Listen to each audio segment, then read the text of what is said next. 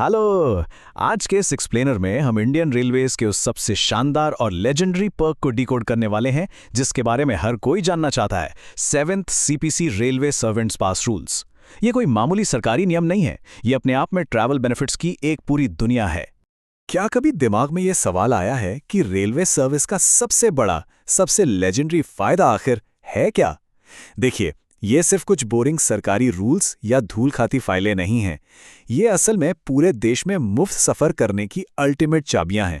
एक ऐसा मैजिक पास जो सीधे कश्मीर से कन्याकुमारी तक के दरवाजे खोल देता है।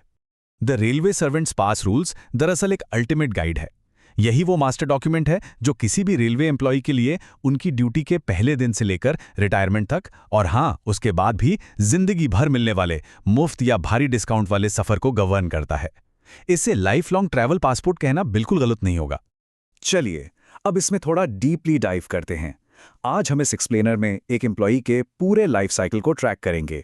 पहले द अल्टीमेट रेलवे पर्क, उसके बाद हु काउंट्स हिज फैमिली, फिर passes for every occasion, entitlements by pay level, benefits beyond retirement, और आखिर में the fine print and penalties.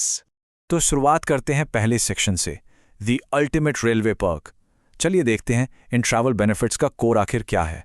In perks को समझने के लिए एक बहुत ही बेसिक डिफरेंस क्लियर होना चाहिए। एक तरफ है प्रिविलेज पास, जो लिटरली 100% मुफ्त सफर की सुविधा देता है बिना एक पैसा खर्च किए, और दूसरी तरफ है प्रिविलेज टिकट ऑर्डर, जिसे जनरली पीटीओ कहते हैं। इसमें सफर के लिए नॉर्मल फेयर का सिर्फ 1/3 हिस्सा ही देना होता है। ये छोटा सा बेसिक डिफरेंस ही इस पूरे सिस्टम की फाउंडेशन है। अब बढ़ते हैं दूसरे सेक्शन की तरफ, हु काउंट्स हिज फैमिली, क्योंकि ये ट्रैवल बेनिफिट्स सिर्फ एम्प्लॉई तक ही लिमिटेड नहीं है। आश्रित रिश्तेदार यानी डिपेंडेंट रिलेटिव कहलाने के लिए एक बहुत ही सख्त फाइनेंशियल कैलकुलेशन होती है। रूल बिल्कुल क्लियर है, किसी भी रिश्तेदार को तभी डिपेंडेंट माना जाएगा जब उनकी सभी सोर्सेज से होने वाली टोटल इनकम रेलवे एम्प्लॉय की बेसिक पे के 15% से ज्यादा ना हो, या फिर उनकी मिनिमम पेंशन 9,000 रुपए प्लस डीएनएस रिलीफ के ब्रैकेट में आती हो। एकदम सख्त मैथ है ताकि बेनिफिट्स जेन्युइनली जरूरतमंदों को ही मिले। लेकिन इस सख्त मैथ के बावजूद फैमिली की डेफिनेशन सरप्राइजिंगली बहुत इंक्लूसिव है। इन रूल्स के अंदर अविवाहित या विधवा बहनें, लीगली डाइवोर्स्ड बेटियां, और यहां तक कि किसी भी एज के फिजिकली इनवैलिड भाइयों को भी शामिल किया जाता है। ये दिखाता है कि रेलवे वाकई में फैमिली केयर को किस लेवल तक सीरियसली लेता है, जो कि किसी भी नॉर्मल कॉर्पोरेट पॉलिसी से बहुत आगे की बात है। राइट, अब चलते हैं तीसरे सेक्शन पर, पासेस फॉर एवरी ओकेजन। देखते हैं लाइफ के अलग अलग इवेंट्स के लिए क्या पासेस अवेलेबल हैं। देखिए, पासेस का मतलब सिर्फ वेकेशंस पे जाना नहीं है। ड्यूटी पर जाने के लिए ड्यूटी पासेस हैं, डिपेंडेंट बच्चों की पढ़ाई के लिए स्कूल पासेस, रोजाना आने जाने के लिए रेजिडेंशियल कार्ड पासेस, और यहाँ तक कि मेडिकल या स्पोर्ट्स इवेंट्स के लिए स्पेशल पासेस भी होते हैं। असल में शायद ही कोई ऐसी जरूरत हो जिसके लिए एक स्पेसिफिक पास ना हो। ये प्रैक्टिकली अपने आप में एक पूरा इकोसिस्टम है। अब इन पासेस के साथ एक मैजिकल नंबर जुड़ा है, और वो है 5 महीने। चाहे वो प्रिविलेज पास हो या post retirement complimentary pass, generally इन सब की वैलिडिटी इश्यू होने की डेट से एग्जैक्टली 5 महीने की होती है।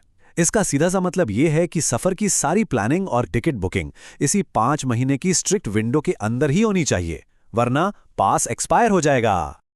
आगे बढ़ते हैं चौथे सेक्शन पे, एंटाइटलमेंट्स बाय पे लेवल। यहां हम देखेंगे कि करियर में लेवल अप होने के साथ ये ट्रैवल बेनिफिट्स कैसे अपग्रेड होते हैं।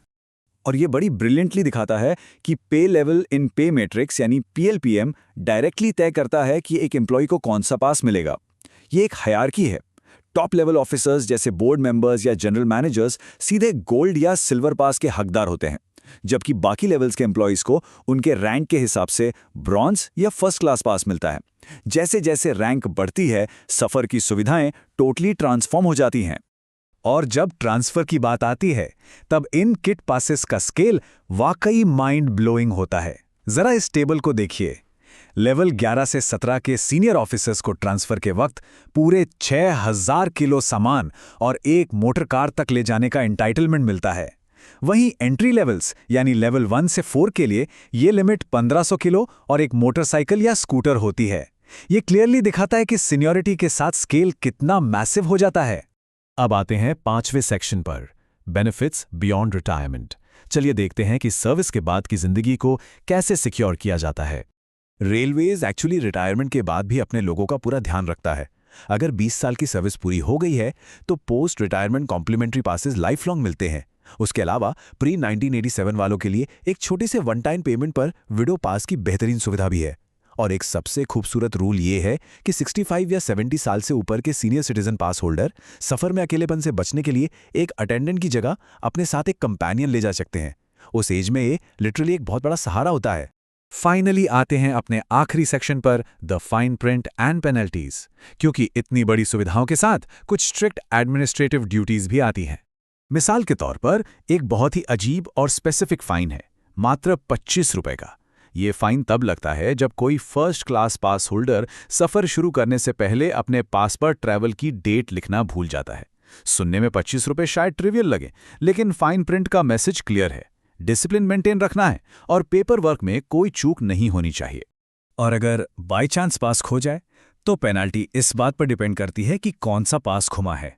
Duty card first class pass खोने पर 35 रुपए का फाइन है, प्रिविलेज फर्स्ट क्लास पर 10 रुपए और रिटायर्ड फर्स्ट क्लास पास पर 25 रुपए।